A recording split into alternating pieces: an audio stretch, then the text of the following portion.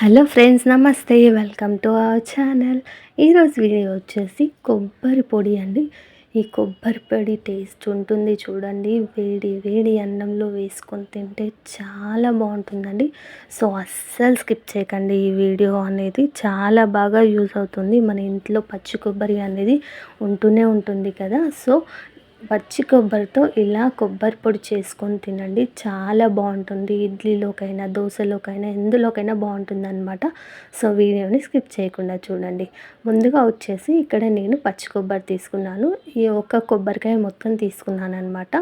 అయితే పచ్చి కొబ్బరి అనేది ఇది నేను ఒక 2 డేస్ తర్వాత యూస్ చేస్తున్నాను. మరీ పచ్చిగా మనం కొబ్బరికాయ కొట్టగానే యూస్ చేయట్లేదు. ఒక 1 or 2 డేస్కి కొంచెం తడంతా కొద్దిగా ఆరిపోయిన తర్వాత, పచ్చిగా లేకుండా కొంచెం ఎండుగా, అలాను మరి పచ్చిగా కాకుండా ఇలా తీసుకొని ముక్కలు ముక్కలుగా కట్ చేసి పక్కన పెట్టేసుకోండి. ఇప్పుడు స్టవ్ ఆన్ చేసుకొని ఒక ప్యాన్ పెట్టుకోవాలి. అందులోకి 1 టేబుల్ స్పూన్ వరకు ఆయిల్ వేసుకోండి. ఆయిల్ వేడెక్కాక 1 టేబుల్ స్పూన్ వరకు శనగపప్పు, మినపప్పు, ధనియాలు, జీలకర్ర ఇవన్నీ వేసుకుంటున్నాను. ఇవన్నీ నేను ఒక టెంకాయ మాత్రమే యూస్ చేస్తున్నానండి. మీరు దీనికి డబల్ క్వాంటిటీ చేస్తే ఈ పప్పులన్నీ కూడా మనం 2 టేబుల్ స్పూన్స్ తీసుకుంటే సరిపోతుంది. ఇవన్నీ నూనెలో కొంచెం పచ్చివాసన పోయి కలర్ చేంజ్ అయ్యేంత వరకు ఫ్రై చేసుకోవాలి. ఇలా ఫ్రై చేసుకున్న దాంట్లోకి మనం కొబ్బరి తీసుకున్న దానికి తగ్గట్టుగా ఎండుమిర్చి, కరివేపాకు కూడా వేసుకొని, కరివేపాకు, ఎండుమిర్చి నూనెలో మంచిగా ఫ్రై అయ్యేంత వరకు ఫ్రై చేసుకోవాలి. ఇక చూడండి ఫ్రెండ్స్, మనకి పప్పులు అలాగే ఎండుమిర్చి అనేవి మంచిగా ఫ్రై అయ్యాయి కదా. ఇప్పుడు మనం స్టవ్ ఆఫ్ చేసేసుకోవాలి. స్టవ్ ఆఫ్ చేసుకున్న తర్వాతే నువ్వులు కూడా వేసుకోవాలి. నువ్వులు ఒక 2 టేబుల్ స్పూన్స్ తీసుకున్నాను అనమాట. నువ్వులు మనం స్టవ్ ఆఫ్ చేసుకున్న తర్వాత వేసుకుంటే మనకి ఆ ప్యాన్ ఉన్న వేడికే నువ్వులు అనేవి మంచిగా వేగిపోతాయి. లేదంటే మనం స్టవ్ ఆన్లో పెట్టి వేసుకుంటే నువ్వులు ఇంకా పప్పు దినుసులు అనేవి మాడిపోతాయి. సో స్టవ్ ఆఫ్ చేసుకున్న తర్వాతే నువ్వులు వేసుకొని ఫ్రై చేసుకోండి. అలాగే కొద్దిగా ఒక 2-3 రెక్కల చింతపండు కూడా వేసుకొని ఒకసారి కలిపేసుకోండి. ఇది కంప్లీట్గా మనకి చల్లారాలి. ఒక ప్లేట్లోకి తీసుకొని పక్కన పెట్టేసుకోండి. ఇప్పుడు అదే ప్యాన్లోకి మనం నూనె ఏమీ వేయక్కర్లేదండి. ప్యాన్ కొన్న నూనె సరిపోతుందనమాట. ఈ ప్యాన్లోకి మనం ముందుగా కట్ చేసి పెట్టుకున్న పచ్చి కొబ్బరి ముక్కలు కూడా వేసుకోవాలి.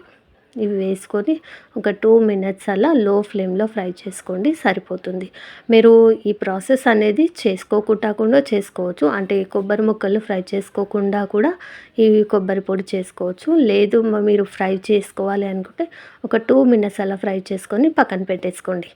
మనం ముందుగా ఫ్రై చేసి పెట్టుకున్న ఎండుమిర్చి, పప్పు దినుసులు ఉన్నాయి కదా, అవి చల్లారాక ఒక మిక్సీ జార్లోకి వేసుకోండి. కొద్దిగా ఉప్పు, అలాగే వెల్లుల్లి రెబ్బలు కూడా వేసుకొని కొంచెం బరకగానే గ్రైండ్ చేసుకోండి. మరీ ఫైన్ పౌడర్లా చేసుకోకుండా మనకి పప్పు దినుసులు అనేవి అక్కడక్కడ పలుకులుగా ఉండేలాగా గ్రైండ్ చేసుకోవాలి. ఇప్పుడు ఇందులోకి మనం ముందుగా ఫ్రై చేసి పెట్టుకున్న పచ్చి కొబ్బరి ముక్కలు కూడా వేసుకోవాలి. ఇవి కూడా వేసుకొని కచ్చాపచ్చాగా గ్రైండ్ చేసుకోవాలి. ఆన్ అండ్ ఆఫ్ చేస్తూ గ్రైండ్ చేసుకోండి. మరీ ఫైన్ పౌడర్లా కాకుండా ఇలా వీడియో క్లిప్లో చూపిస్తున్నాను కదా, ఇలా ఉండేలాగా గ్రైండ్ చేసుకున్నామంటే మనకి తినేటప్పుడు ఆ పచ్చి కొబ్బరి తగులుతూ ఉంటుందన్నమాట పంటి కింద. సో టేస్ట్ అయితే చాలా బాగుంటుంది అలా తింటూ ఉంటే. మీరు కావాలంటే కొంచెం ఫైన్ పౌడర్లా కూడా గ్రైండ్ చేసుకోవచ్చు. ఇలా గ్రైండ్ చేసుకొని పక్కన పెట్టేసుకోండి.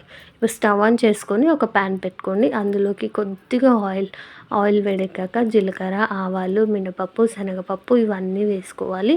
పప్పులు కొంచెం పచ్చివాసన పోయేంత వరకు వేయించుకున్నాక ఇప్పుడు ఇందులోకి ఎండుమిర్చి అలాగే కరివేపాకు కూడా వేసుకొని పోపుని మనం వేయించుకోవాలి.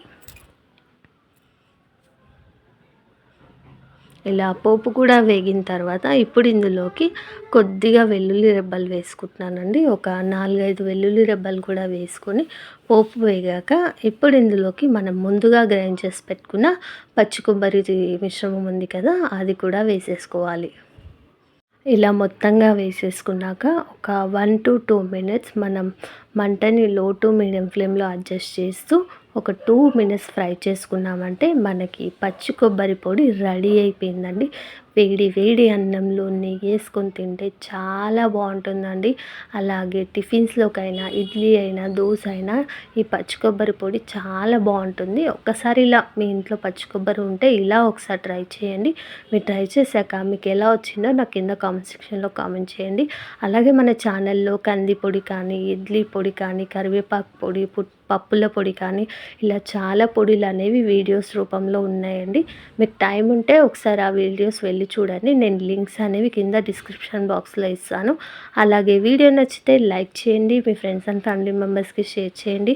మీరు మరిన్ని వీడియోస్ చూడాలనుకుంటే ఇప్పుడే మన ఛానల్ని సబ్స్క్రైబ్ చేసుకోండి.